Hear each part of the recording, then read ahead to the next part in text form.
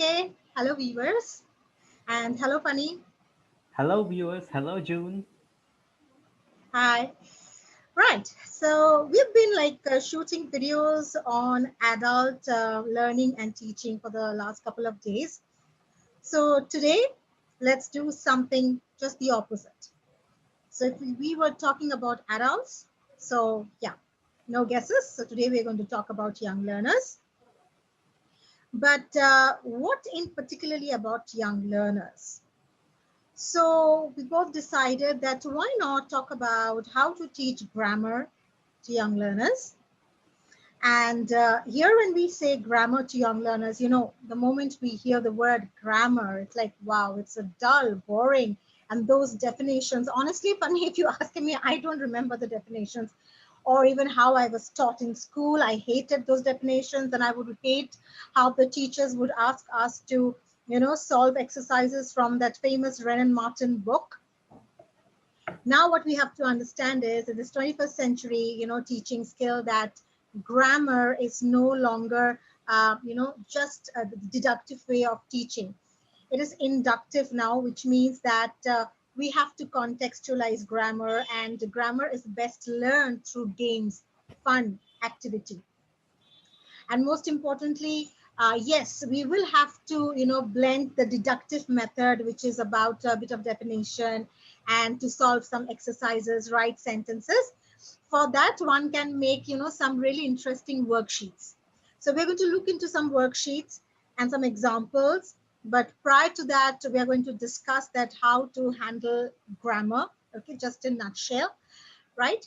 So yes, before we begin, so please subscribe to our channel if you have not, and click onto the bell icon so that every time we release a new video, you get the notification instantly. All right, Funny, so let's begin.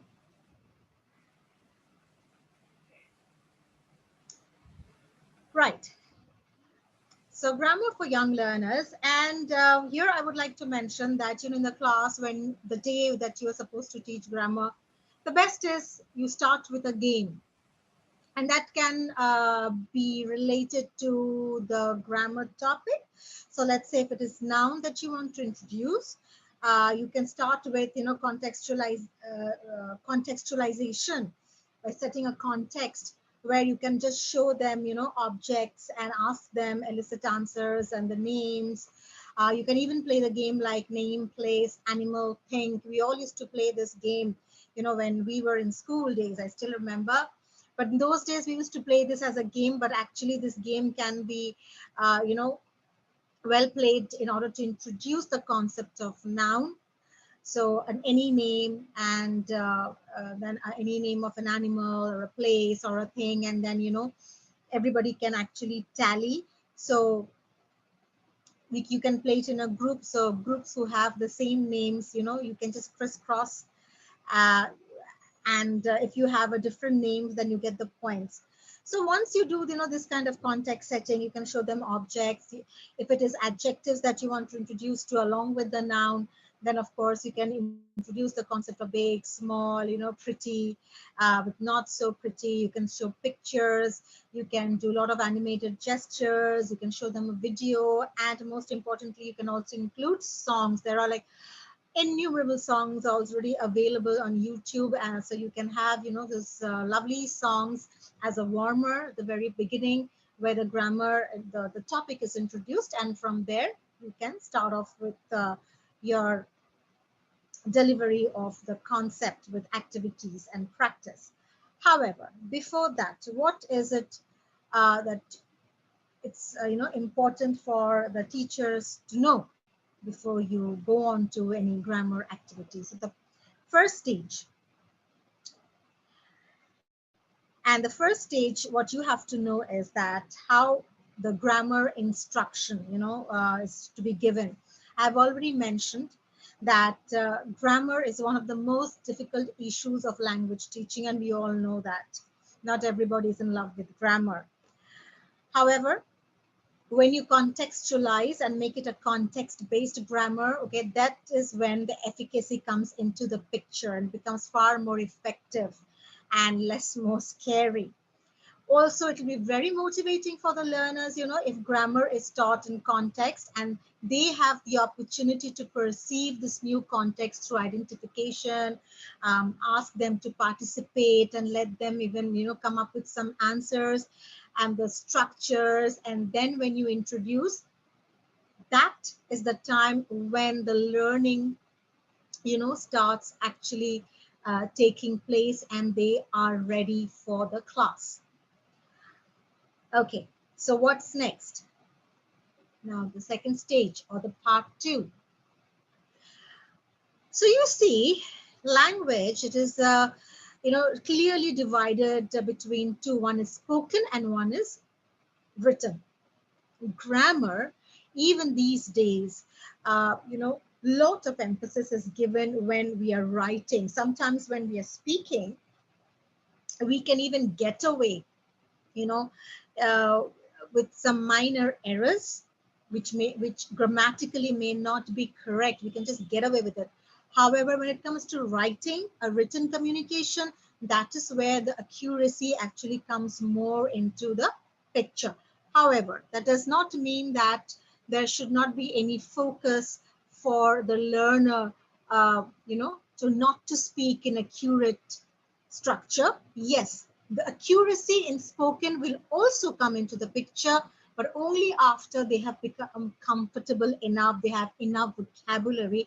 That is where you can jump in and you can start correcting their accuracy when it comes to spoken communication. But for writing, yeah, from the very beginning, you can help them to focus on accuracy.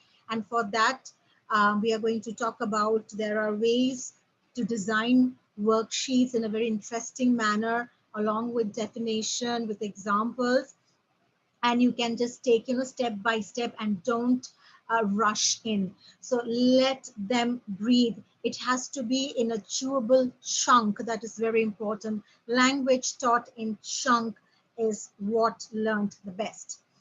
So when you on this slide that you see that we have clearly divided the grammar into this two portion. Okay, now the in the writing, in the written sentences, the punctuation is very important. Okay, so the appropriate punctuation and grammatical elements to begin with, like tense, the word classes, the naming words, the action words, then the pronouns slowly and slowly come into the picture. So you also have to keep in mind about the sequencing. When you are first introducing the grammar, the concept, you don't start with adverb, or you don't start with adverb for frequency, you don't start with modal verb, you will start with something basic, which is noun. Okay, so usually it is the word classes and the tenses which goes hand in hand. And in tenses, again, it's good to start with the very simple tenses like simple present, a simple past, a simple future, and then you go on to the next level, continuous, and so on and so forth. Okay, moving on to our next slide. So this is the next stage. And here is something interesting that I came across a couple of days back that I would like to share with you. So I was reading, a few websites, and I was going through this page of this particular school, and there they have shared and the concept and spoke about the rough technique, and I found it very interesting. So I thought that why not let me also share this bit of knowledge with my viewers as well. So this rough technique, the school, they have come up with this technique to support the children, and most importantly to support them in understanding in like what effective writing is. So raft, we all know what raft is. Okay, and the raft, and you see how beautifully they have come up with the meaning. Like raft, R stands for reasoning. So writing, you have to reason. I mean, that is what it comes into the picture: logic, reason. Then audience is very important. So who is this for, and who am I writing for? What is it all about? Then the features, as in what are you going to feature in the uh, the writing, as in the content. And finally the tone. Okay, and we will see what each of them actually states into more detail. So let's move on to the next slide, and you will see what each one of them is all about. So reason. So reason is why they are writing this. So if you ask them to write about, let's say, my superhero, now why are they writing about my superhero? What is the purpose? So the whole purpose is for the young learners to actually, to identify the qualities of a superhero, to identify the qualities and the context with them and what they like, as in what or who do they idolize, and also if they would like to act like a superhero, what is it about the superhero that they like? So it's about the reasoning factor, and then the audience. Okay, so who are they writing for? I already spoke about. And the features is more on the grammatical features. Okay, so that is again the structures, the syntax and semantics that needs to be taken care of. And finally, the tone, as in what language and tone should be used. Okay, so is it like a third party or is it the first person speaking? So in which form or in which tone should they be writing? So this is what the rough technique is all about in a nutshell. Okay, now moving on to our next stage, stage 4. All right, so dictation. So you see, writing skill is to focus on while doing dictation with your child. So you can teach your child that when we write, how do we write? We first say the sentence, or let's say the idea, and then we write each word, and all of those words has to be in the correct order. So the best way you can do it, like for example, you can take a sentence like uh, this is a this is a story book, or let's even take a slightly bigger sentence like two men two men are sleeping under the tree. So two men are sleeping under the tree. You see, it's a present continuous and it's two men. So we are using the plural form of a man, and then the quantification is there, two. And because it is more than one, so the are, the helping verb. However, now when you jumble them, so when you tell them, okay, now two sleeping are men, tree, you know do you think this is correct? No, it doesn't make any sense, right? So like that, you give them examples, and the more examples you give, better it is. So the first step when we are writing, it has to make sense. Therefore the words, of course we need these words in order to deliver the idea. And then you explain the child, or you tell them that we need to use or arrange the word in the correct order. Next is you have to encourage your child to say each of these words slowly and listen to the sounds. And that is where your phonics comes into the picture. So basically everything goes hand in hand. Therefore, not only, when you are teaching a language learner, but for young learners also, when you're getting them to introduce with the reading, they need to listen to you. Okay, they need to watch the teacher's face, the lip movement, very, very important, because even if I'm not making the sound through my lip movement, they must know which sound am I making. Like if I say, you see, there's no sound, but so they would either say, okay, is it P or is it B, right? So they are bilabial sounds. So it's very important. And each of the phonetically correct, you need to pronounce them as. So that's why when you encourage the young learners to teach, to read aloud, the read aloud is all about when the teacher is actually paying attention to their enunciation. It's read aloud is not about comprehension. This is a good technique for them, to check if they're able to pronounce it correctly or not. And the next is that, yeah, you have to monitor your child, the letter formation, starting from the pencil grip. So that starts right from the age of, so the writing, the starting of the writing is ideally should be done not before the age of 4. So 4 plus or 4 plus onwards, like you should be helping them to write. However, prior to that, you should give them enough fine motor activity so that their finger muscles are developed well. Okay, yes. So yes, Funny. So let's move on to our next slide and the next stage. So parts of speech, word classes. Okay, these are the very, very, very basic. nouns, determiners, pronouns, verbs, adjectives, and to simply put noun, which is all about name a person, place, thing, or idea, and giving an example. So you have all these examples here, and it is good to also have a chart like this up on the wall in your classroom. But you need not have the chart of all the word classes at once. So if it is noun that you want to teach this week, then just have enough charts or ideas or work related to noun. Okay. If it is adjectives also that you want to introduce the same week, then you can have enough charts or pictorial representation which will depict noun and adjectives. And slowly and gradually over the time, when they have, learning all of these word classes, you can have a complete chart like this. Okay. So this particular slide has been introduced for for you to know that you begin with very simple matter like the word class. Okay, don't jump or don't rush for any complicated structures of grammar with young learners to begin with. So we have this sample worksheet that I would like to share. So let's say here the worksheet is about adjectives. Now, as I have mentioned, first you should contextualize. Okay, worksheet comes much later. So you will be contextualizing the concept. You will set the context, and you can do it through a video clip. You can do it through a role play.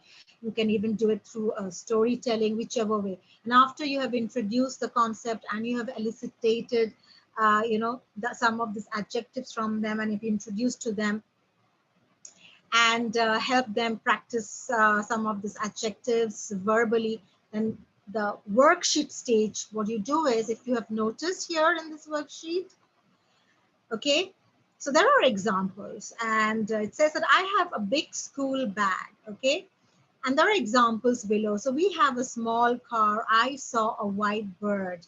So examples given, and then you tell them, okay, now you write your own example. What is it that you would like to write? And they can share their own examples. Okay, while they have a look at this example. So somebody might choose to write, we have a small car. Well, that's perfect. I saw a blackbird. She watched a current film, which is fine, which is absolutely fine. Or somebody can even come with a different sentences altogether. Okay, I have a small dress, or my father has a small laptop, something like that. Then the next is, remember, you see there is a note there. This is very important. The note says adjectives don't have a plural form. So we have two small cars. Okay, I saw five whites. So there's nothing like smalls or whites or old. So this is a point. So in every concept, there will be some uniqueness. So what you need to do is, if you can just mention that unique point or that uniqueness in the worksheet, that is of an immense help for the young learners. And finally, there is also something to make them careful about, and that is, it says be careful, size before color. Okay, so if there is a color that you want to use, so you don't say that I have blue large t-shirt. No, you will say I have a large blue t-shirt. Okay, we have a small blue car. So I think that's fantastic. You know how you can design and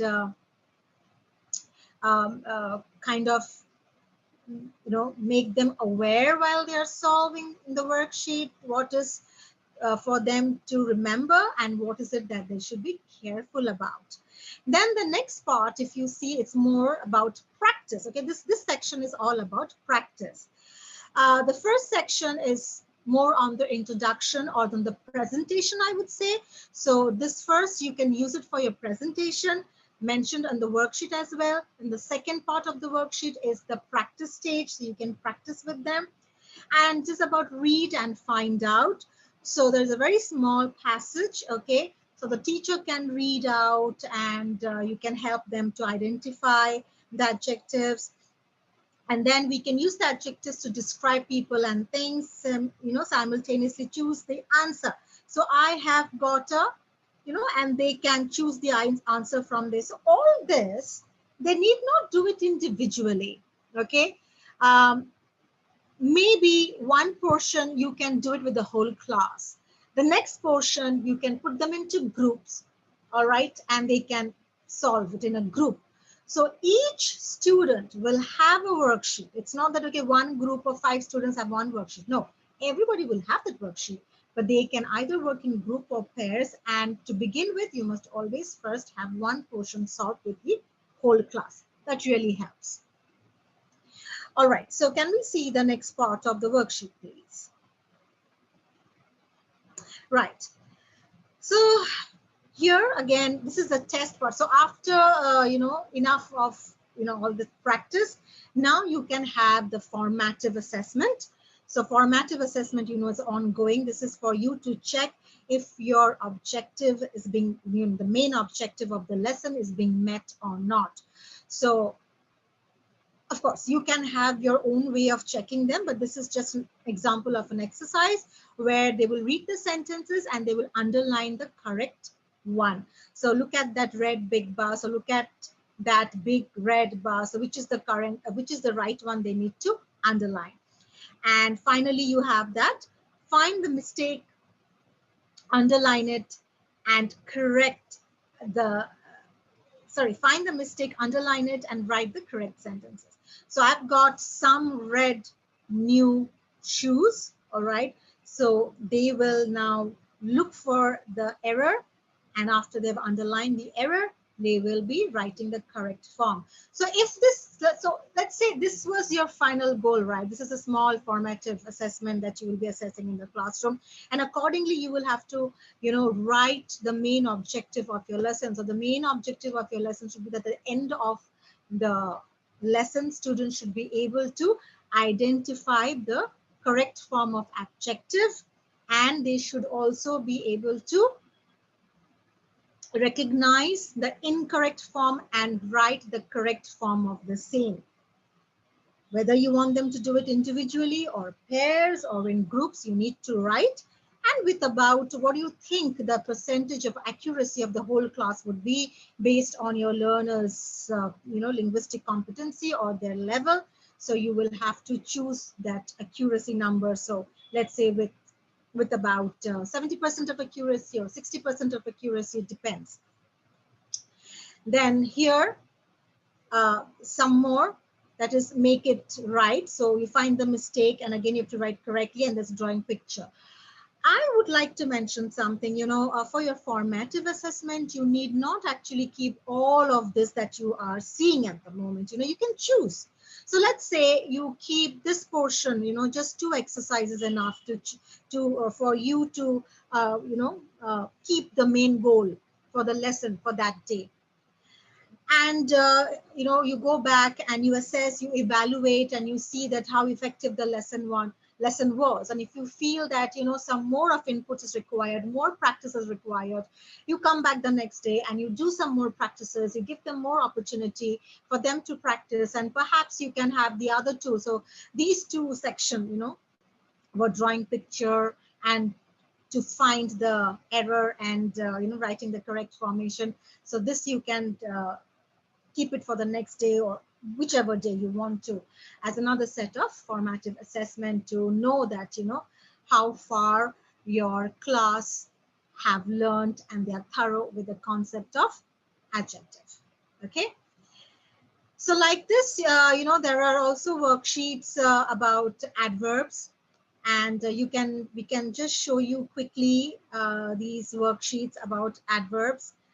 I'm not going to go through in detail right now, but this is just for you to have an idea. So Funny, can we please move on to the adverb worksheet, please? Yeah, so if you can see, this is the adverbs. Okay, very much similar. Again, there is a passage and it's about matching, then read and draw.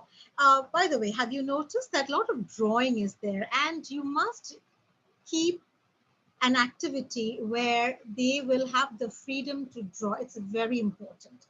So if you have planned 2 to 3 activities, for your lesson, ensure that one activity is either divided into drawing and something else, or one activity can be solely be dedicated to drawing, and they have so much fun out of it. Okay, so yes, so this is in nutshell how you can make your grammar sessions with young learners really interesting, and we can vouch that they will really start enjoying and taking part in the grammar sessions. And not just this, when we have fun while learning, we learn for life. And something like grammar, um, in the past, even in the last 10, 15 years, it was never introduced this way.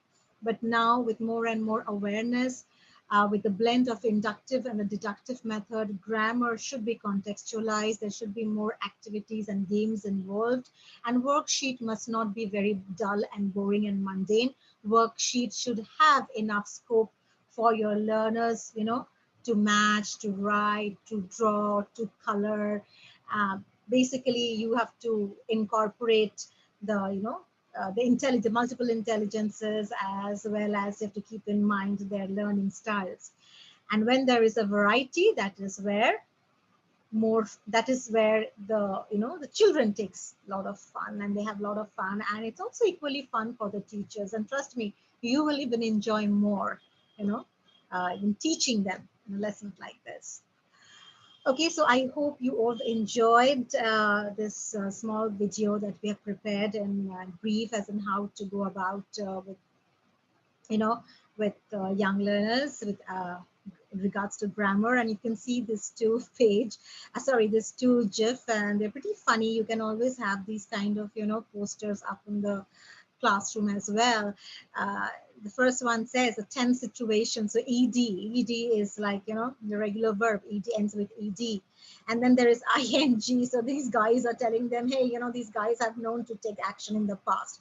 I mean, how cool that is. And that's how we remember, and how important punctuation can be. So like, let's eat grandma. Oh, no, we're not eating grandma, but one comma can make a whole difference in the world. So yeah, you can have a lot of these fun posters up on the wall. It's all, they're available all over the internet. You guys can come up with your own posters, and that's what should be more encouraged, where the children are, making posters, and you can also get their worksheet displayed and have a lot of fun. You can have, there are hundreds of games, a lot of games in regards to grammar, simple games. Okay, you can play it with ball, you can play it with soft toy, and there are songs. So don't forget to include music, please, please. I'm repeating, don't forget to include music. So you will have the series of songs, pertaining to each topic of grammar of the word classes, and make them sing a song, and do a lot of repetition, because young learners need a lot of repetition. And yeah, and that makes your life easy. That makes the class so much of fun. But yes, as a teacher, of course, you will have to do some good homework and a good solid preparation. So viewers, I hope you really enjoyed this video. Please don't forget to leave your valuable comment in the comment section. And Funny, do you have anything to say? Anything, from your end, some valuable suggestions to our viewers? Oh, yes, this was a pretty valuable information for our viewers. I think everybody should adopt the RAF technique and the inductive methods of teaching grammar in the 21st Yeah, century. deductive is also important. I mean, we must not rule out the deductive, and that's why you saw that in the worksheet, the meanings have been given, what they should remember, keep in mind, and practices have been given, in different formats. So the deductive part is also important, but the right blending needs to be done. And yes, more of games and music as well, and that's going to make a complete, a hit classroom. All right.